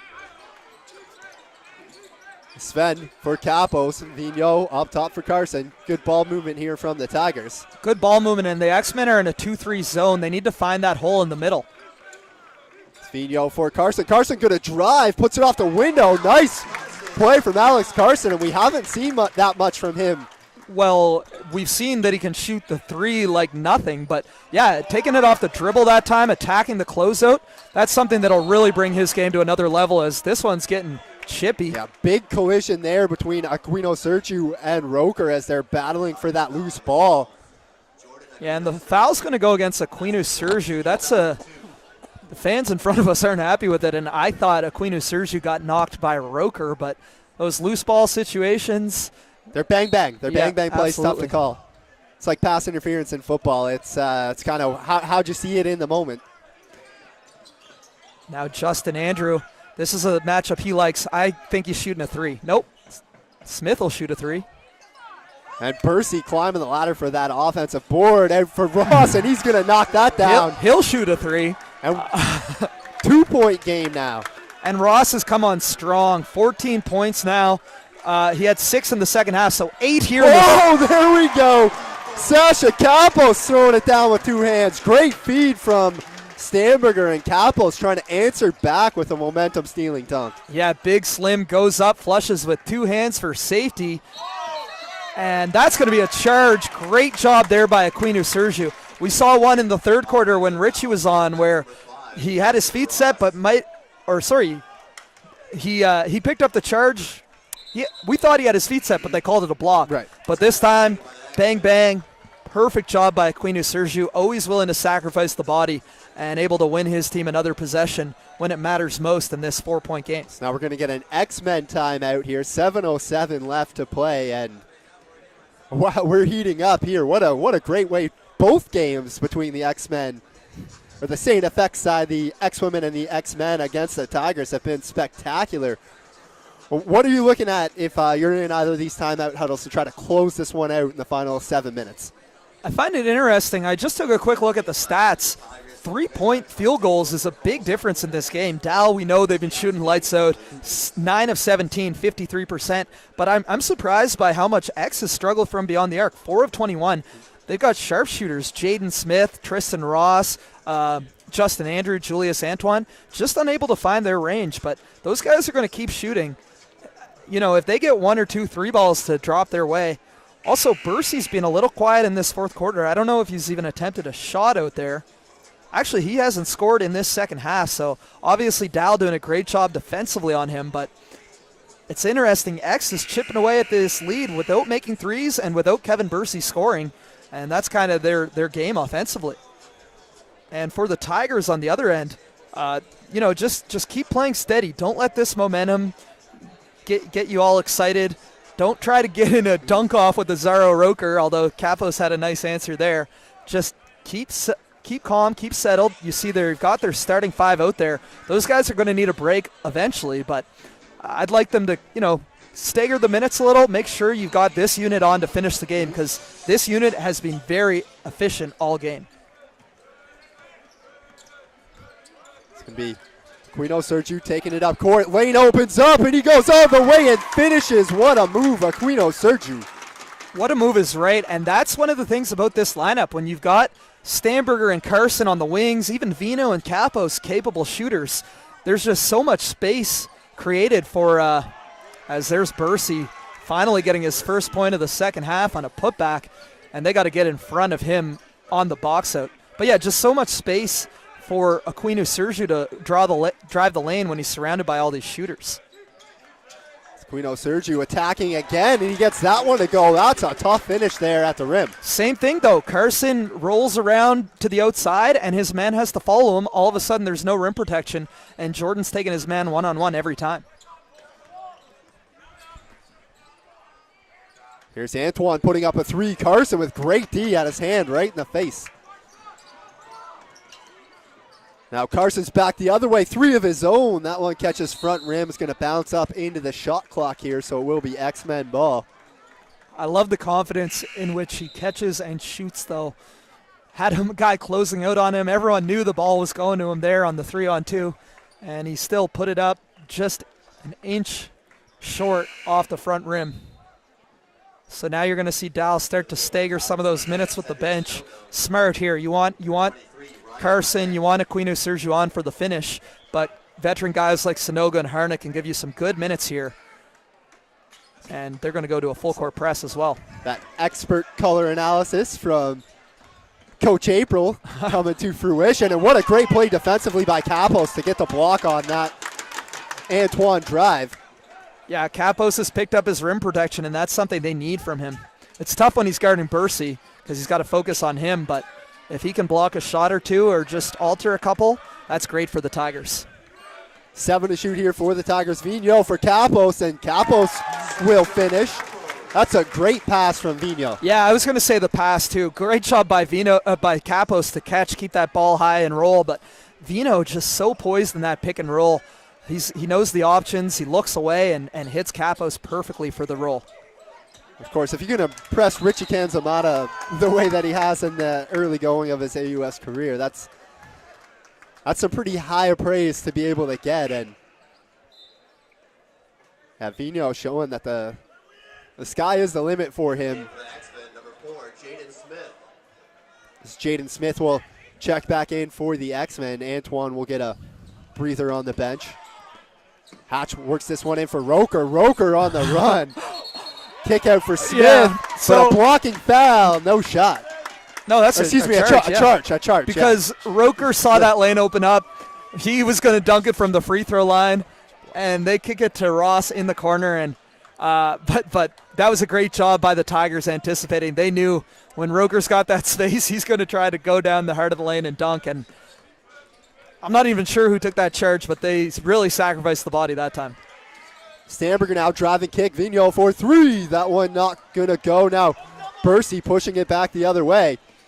He's going to take it on Stammberger. Goodness. Count it. And the harm. That's why he's the AUS MVP. I don't think there's many players in the country. I'm going to say many players in college basketball, period. Yes, I'm including the NCAA. That at 6'7" can get a rebound, push it up, take on two defenders, dribble past one, and take the contact from the second and finish on the left side. Bercy is a beast. He's going to average 20 and 10 again this year, and I think he's going to be an All-Canadian, up to 18 and 10 in this game, and he's barely scored in the second half. See whether the Tigers have an answer here. It's Harnett. Leaves it for Capos. Baseline J, not going to go. Battle for the rebound, and Bercy comes away with it. That's a great defensive read there from Sasha Capos to anticipate that pass and pick it off.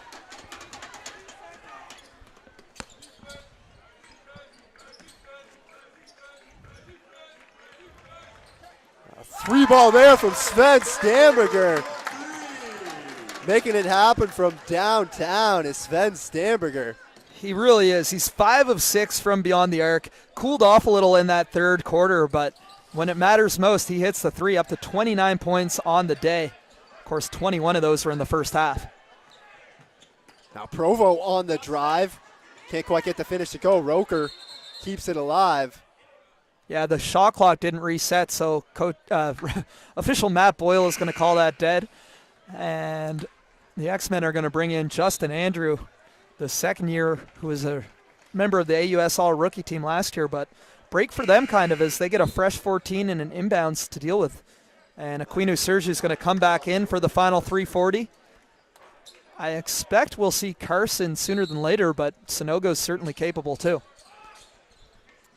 Provo to inbound here. Gets it into Roker. Out for Provo in the corner. That's not going to go, and a great board defensively by Sanogo. Great board. They're almost double teaming on the box, so Kevin Bercy, and you see why. Bercy's just so capable and able to get around his box out. Aquino-Serjue on the drive, and Roker comes over, showing off that athleticism. Well, he's creeping over there every time for the block. But good job by Dal to make it one and done. A little over 3 minutes here. I'd like to see them slow it down, use the clock a little. Vigneault, drive kick for Stammberger.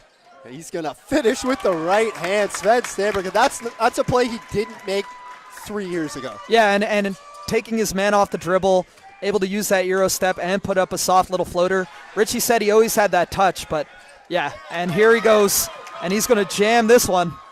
One-hand tomahawk slam. Sven Stammberger with another steal.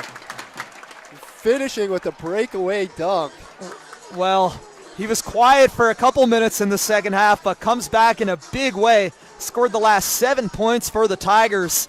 He's done it in every way. He hit a three. He had a nice little finesse step around, and then the powerful slam. Sven Stammberger up to 33 points. What a game for the fifth year out of Halifax. Picking up right where he left off in preseason play. That's his 5th steal of the game as well. Yes, big stat line all the way around. 4 rebounds, 3 assists. Not just a shooter. Far from it. Against St. Mary's, the puck drop is at 7 p.m. at the Halifax Forum. So, timeout here taken by the X-Men. 2:38 left to go here in the fourth quarter. All right, Tigers fans. Seems like Tigers have stretched this lead back out to 12. It was a 4-point game coming into this fourth quarter. Yeah, they've outscored the X-Men 21-13 in this fourth quarter, and it was down to a 3-point game actually as well. You're right. They've really done a great job expanding this lead. And it's been the go-to guys. It's been Aquino-Serjue, it's been Carson with a couple 3 balls, and of course Stammberger with the last 7 points unanswered.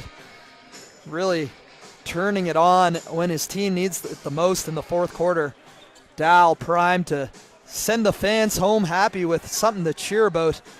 Starting off their quest for a 4th straight AUS championship, and that's you know how impressive that is? These players only have 5 years of eligibility. Sven is the only player, I believe, or Adam Carmoli and Sven Stammberger, and Kevin Duong. Technically Cedric Sanogo, but he didn't play last year. Right. All right, they have more than I thought, but they've lost so much from over this dynasty that it's really impressive that they still are the team to beat in the AUS. Hatch for 3, that one won't go. Vigneault with the rebound. And you look at the recruiting class this year, players like Vigneault, Brathwaite, who we haven't seen too much of tonight, likely see more of as the season progresses. We saw Tyler Williams make an impact.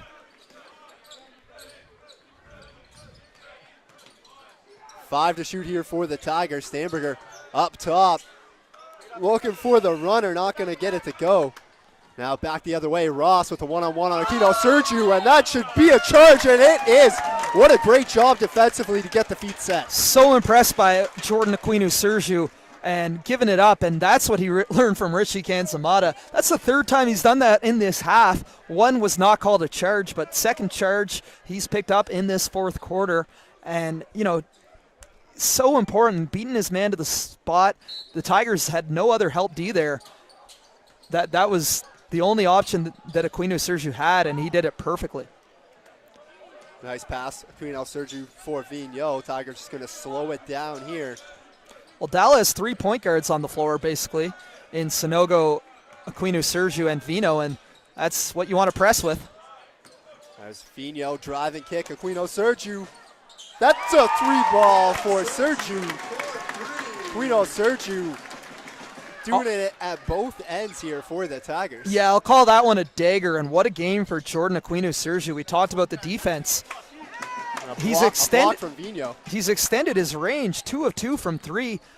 He didn't hit a whole lot of threes last year. Always a good mid-range shooter, but if he can step back and consistently hit the 3, watch out. This guy could be an AUS All-Star this year as well. So 1 minute left to go here at the Dalplex. 5 to shoot for the Tigers. Another 3-ball. This one's going to catch front rim. Kept alive by Capo, so. Great tap out by Capos. The Capos tap out. The Tigers are going to take this one. I think it's safe to say now the Tigers are going to open this 2017-18 season with a win as Vino going up and a putback by Sanogo. And I was too excited. I missed the last basket, so it's actually a 17-point lead here for the Tigers. Well, Dow's really opened it up. Trying to find when that 3-point lead was. Well, I'll find it right now. So we have a timeout by the X-Men with just under 39 seconds left to go. It was actually a 2-point game at 72-70. So Dal has outscored them 20-5 over the final 7 minutes almost. It'll be 7 minutes by the end of this. That's an impressive Dal run. on a 20-5 run. And the key, it wasn't really anything. They had their starters in the game. It was just tightening up. Aquino-Serjue made some huge plays. Stammberger had that little 7-point personal run for the Tigers. And fans are going home happy here from the Dalplex. But again, these teams face off again on Saturday in Antigonish. You can bet that place will be bumping the home opener at the new Coach Kinchalski court. And St. FX, they've got a settle to score against this Dal team that's beat them twice in a row, twice in a week. They don't want to make it 3. Of course, that'll be easier said than done, but got to protect home court. Tigers able to do that here today. Of course, all 8 teams in the AUS will be in action coming up this weekend. Yes, they will. I'll plug it right now. I'll be on the call at SMU on Friday and Saturday. We'll have a great matchup there as SMU hosts UPI. Really a totally new UPI Panthers team and a pretty new SMU team too. They lost a lot of starters, but Huskies team in the house here at the see them. Dalplex today. Going to give a shout out to my man Osmond Berry. It's his birthday, and he's going to come back in a big way this year. That inbound pass won't connect, but they're going to say Stammberger stepped on the end line. I No, think it's gonna be Bercy a foul, fouled him, yes. so Sven's going to head to the line to shoot 2 more. Of course, Sven, his shooting is so impressive. Last year he shot 54% from the field, 40% from 3. It almost makes the 75% from the arc seem bad, but it isn't. But he's a guy who could, the 50-40-90, 50% from the field, 40% from the 3, 90% from the free throw line. He certainly has that capability, and 3 for 3 from the stripe tonight. Make it 4 for 4. 35 points for Sven Stammberger to open his senior year. That's an impressive performance for sure, but as you mentioned just a few moments ago, all-around team game really for this Tigers side. Yeah, you see 4 of the 5 starters in double figures. Carson with 16, Aquino-Serjue with 14, Vino with 10, Sanogo and Capos with good games as well. Sanogo had 9, Capos had 6. Great balanced scoring and great defending too. It's really a great effort for this Dal team, and the fans are giving them a much-deserved ovation as they're going to take this one 94-75, finish the game on a 24-5 run. It's kind of unbelievable just how they were able to turn it on, open it up here to close this one out. If they can, clearly if they were able to perform at that kind of level for the rest of this season, then a 4th AUS championship is clearly within sight and definitely manageable this season. Even if they fall a little short of that, I think they're still definitely looking pretty strong here early going into this season.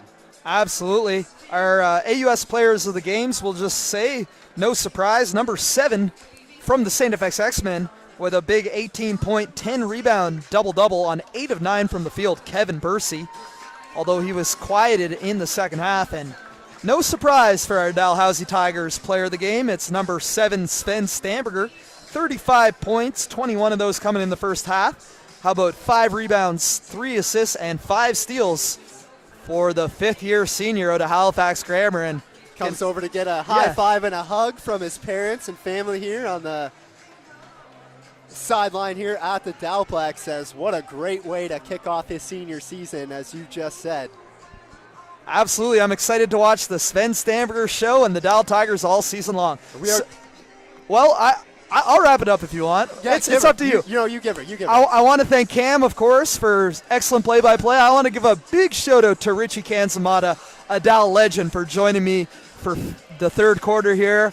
And I want to shout out everyone who tuned in, Cash Lawrence watching at home in Finland, and all you fans who tuned in on AUSTV.ca. For myself, Alan April, for Cam Honey, thank you for watching. The final score here from the Dalplex, Dal 94, St. FX 75. Have a great night, everyone.